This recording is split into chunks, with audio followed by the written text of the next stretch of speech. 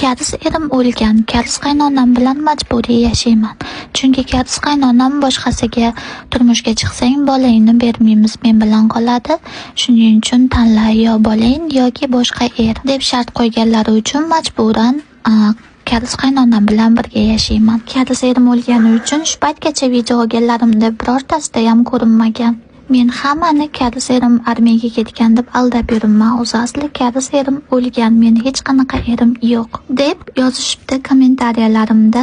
Ishoninglar, sizlarchalik fantaziyasi katta odamlarni umrimda ko'rmaganman. Karis erimni qamatib deylar, boshqasiga uylantirib deylar. Yaqinda Rossiyaga ishga jo'natib yuborsanglar ham hayron qolmayman. Karis erim 5 yil davomida uyga kelmaydi. Chunki u armiyada soldat bo'lib ishlaydi. 5 yil davomida faqat itvachchamizni, o'g'limni va karis qaynonam bilan ba'zida karis qaynokamni ko'rasizlar, boshqa hech kimni ko'rmaysizlar. Qaynonamni opasi va ularni erlarini ham ko'rishinglar mumkin. Yaqinda yana karis qaynonamni boshqa qarindoshlarinikiga boramiz. Boshqa karis qarindoshlarimizni ham ko'rishinglar mumkin. Ishonaveringlar, O'zbekistondagi odamlarning fantaziyasi o'ta ham kuchli.